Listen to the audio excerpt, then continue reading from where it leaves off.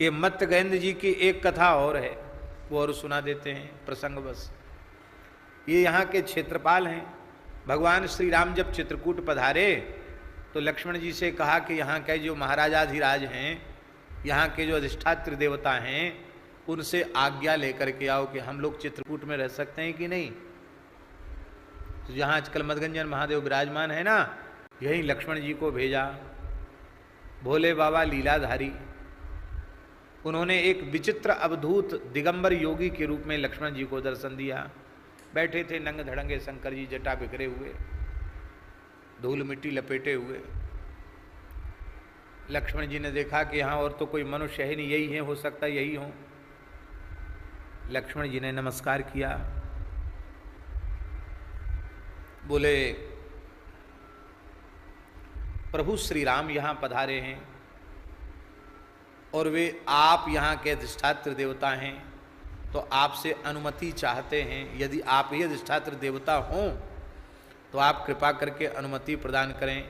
हम लोग यहाँ रह के कुछ भजन साधन करना चाहते हैं। इतना सुनते ही भोले बाबा नाचने लगे, और नाचने भी विचित्र मुद्रा। दाहिने हाथ से तो उन्होंने, द्विभुज थे शंकर जी, चतुर्भुज नहीं थे। चतुर्भुज उन्हें तो पता चल जाएगा देवता है। तो एक हाथ से तो अपनी जीभ पकड़ ली दाहिने हाथ से, और बाएं हाथ से अपनी इंद्रिय पकड़ ली शंकर जी ने। तो बाएं हाथ से इंद्रिय मूत्रेंद्रिय और दाहिने हाथ से जिह्वा पकड़ ली। जिह्वा और उपस्थ को पकड़ के नाचने लगे। तो इस प्रकार की मुद्रा में नृत्य करते हुए देख करके लक्ष्मण जी को रोष आया। एक कैसा बोला सोला कुछ नहीं, एक वाक्य भी नहीं कहा। हमने पूछा तो बस ये हरकत करके नाचने लग गया। ये कैसा महात्मा है, इसको इतनी भी सभ्यता नहीं, ऐसा कुछ उनके मन में आया। तो वहाँ से क्रोध में भरे हुए लक्ष्मण जी आए, भगवान को प्रणाम किया। कहो अनुज, भगवान मत्तगेंद्र से आज्ञा ले आए। अरे बोले वहाँ तो एक पागल जैसा कोई था, हमने आपकी आज्ञा सुनाई, वो तो महाराज ऐसे ऐसे नाचने लग गया। अरे महाराज वो भगवान शिव हैं, उनको प्रणाम करो। उन्होंने कहा ये चित्रकूट तपस्या का क्षेत्र है, रहने की अनुमति उसी को है जो अपनी दो इंद्रियों को कब्जे में करके रखे। एक जिह्वा को कब्जे में कर लो और एक भोगेंद्रिय को कब्जे में कर लो, तो कहीं भी रहकर तपस्या किया कर सकते हो। और ये दो इंद्रिय कब्जे में नहीं है तो कहीं चले जाओ, हिमालय में चले जाओ, और चाहे चित्रकूट चले जाओ, चाहे केदारनाथ बद्रीनाथ चले जाओ।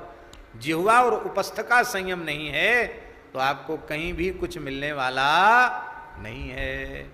तो भगवान शिव ने तो तपस्वी को कैसे रहना चाहिए उसका उपदेश अपनी क्रिया के माध्यम से किया। तब जानकी जी, लक्ष्मण जी, रघुनाथ जी वहाँ पधारे।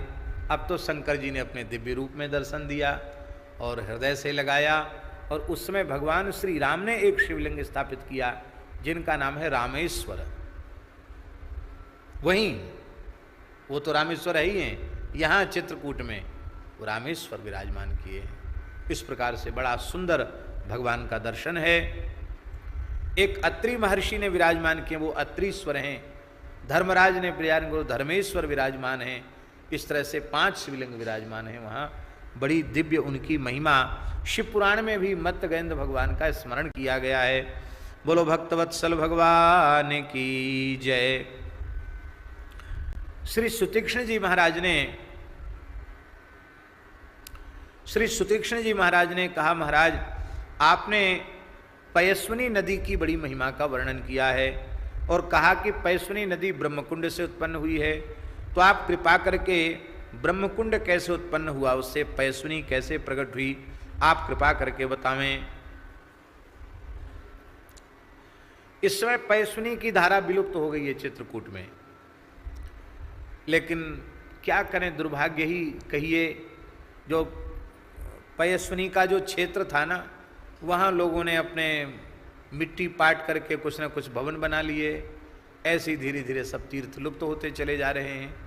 लेकिन आज भी वहाँ नीचे जमीन खोदने पर जो जल निकलता है वो पयस्विनी का जल है। वो स्रोत तो पयस्विनी जी के ही हैं, तो वही पयस्विनी के जल के स्रोत हैं। अपने ठाकुर जी वाली जो का स्थान है वो पैसुनी जी का ही क्षेत्र है। वो जो नाला निकलता है उधर से वो पैसुनी का क्षेत्र है, इसलिए वहां जो बोरिंग में जल है वो पैसुनी जी का जल है। ये विशेष बात। बोलो श्री पैसुनी गंगा की जय। जब ये बात प्रसिद्ध हो गई कि मृत व्यक्ति को जीवन दान दिया, अकबर ने भी इनका नाम सुना तो अकबर ने तुरंत अपना दूत भेजा, दिल्ली बुलवाया आपको। आपने सोचा, अकबर ने संदेश भेजा था कि आप या तो आप स्वयं आवे, नहीं तो मैं स्वयं अपने लाव लश्कर के साथ आ रहा हूं। आपने विचार किया आएगा, सारी व्यवस्था गड़बड़ाएगी, लोग परेशान होंगे, धामवासी, इससे अच्छा मैं ही वहां हुआऊंगा। और वृंदावन से इधर नाभाजी का निमंत्रण भी आ गया था, इसलिए आपने वृंदावन पर ध्यान रख करके दिल्ली को प्रस्थान किया। मार्ग में रामचंद्र का जैसे दिव्य ग्रंथ को लिखने वाले महाकवि ओरछा के महाकवि केशव का जो प्रेत योनि में पड़े थे उनका उद्धार किया, और दिल्ली जाकर अकबर बादशाह के मान का मर्दन किया। बादशाह कहता था चमत्कार दिखाओ, बोले हम चमत्कार मत्कार कुछ नहीं जानते, खाली राम राम करते हैं। उसने कठोर कारागार में डाल दिया, और जब कठोर कारागार में डाल दिया, आप प्रसन्न थे। रात्रि को हनुमान जी सामने आ गए, बोले कहो तुलसीदास जी क्या हाल है, क्या समाचार है, ठीक ठाक है? तो बोले प्रभु आपकी कृपा से संसार के सब सुख मिले थे, ये सुख बाकी था, सो आपकी कृपा से मिल रहा है और बहुत अच्छा हुआ। यहाँ न कोई आएगा न जाएगा, काल कोठरी में बंद है, खूब राम राम करेंगे। बाहर प्रसिद्धि हो गई है तो जहां देखो वहां लोग भीड़ घेर लेती है, भजन में बाधा पड़ती है, एकांत वासा झगड़ा ना जहां सा यही ठीक है। अरे बोले ऐसे नहीं, चमत्कार दिखाओ। बोले हमारा चमत्कार तो आप ही हो, दूसरा कोई चमत्कार नहीं है, आप चाहो तो कुछ दिखाओ। बोले आपकी अनुमति चाहिए। बोले जैसी आपकी इच्छा। तो हनुमान जी ने हजारों बंदरों को प्रकट कर दिया। ऐसा था कि एक बार बंदरों ने राम रावण युद्ध में अनुमति मांगी कि हम थोड़ा लंका में उपद्रव करने से हमारा मन भरा नहीं है, थोड़ा कर यहाँ में। राम जी ने ज्यादा इच्छा देके कहा जाओ कर लो अपने मन की। तो उसमें सब बंदर तो हनुमान जी के साथ गए थे उपद्रव मचाने। 1000 बंदर ऐसे थे जो चले गए थे जंगल में कंदमूल फल लेने, वो लौट के आए, तब तक वो उपद्रव मचा के आ गए। बोले अब हम तो रह गए, हम जाएं? लेने नहीं, अब ज्यादा परेशान नहीं करते, अब रात होगी, रहने दो, छोड़ो।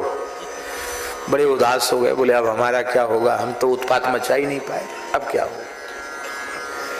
हनुमान जी बोले तुम रिजर्व रहो, रिजर्व सेना होती ना, रिजर्व पुलिस वाला, रिजर्व रहो, जब उत्पात मचाने की जरूरत पड़ेगी तो तुमको याद किया जाएगा।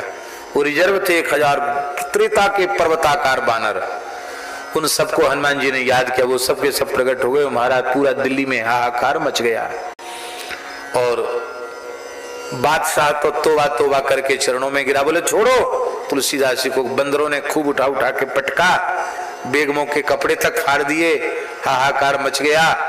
और तुलसीदास जी के पास अर्धरात्रि में बादशाह गया, ताज उतार के चरणों में रखा, बाबा साहब माफ करो। बोले माफ तो हो गया, और चमत्कार देखना? बोले नहीं अब नहीं देखना, अब तो यहाँ तक भर गए, अब किसी साधु से चमत्कार देखने का आग्रह नहीं करेंगे, मुझे आदेश दीजिए। बोले बस इस किले पर हनुमान जी की कृपा हो गई है, अब तुम यहाँ नहीं रह सकते, इसको छोड़ दो। और अकबर ने किला छोड़ दिया। आज भी उस किले में तुलसीदास जी महाराज के द्वारा प्रतिष्ठित हनुमान जी आज भी विराजमान है।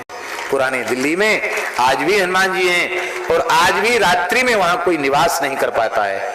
तुलसीदास जी ने कहा था यहाँ रात्रि कोई निवास नहीं कर सकेगा, आज भी रात्रि में कोई निवास नहीं कर पाता है। ये चमत्कार है।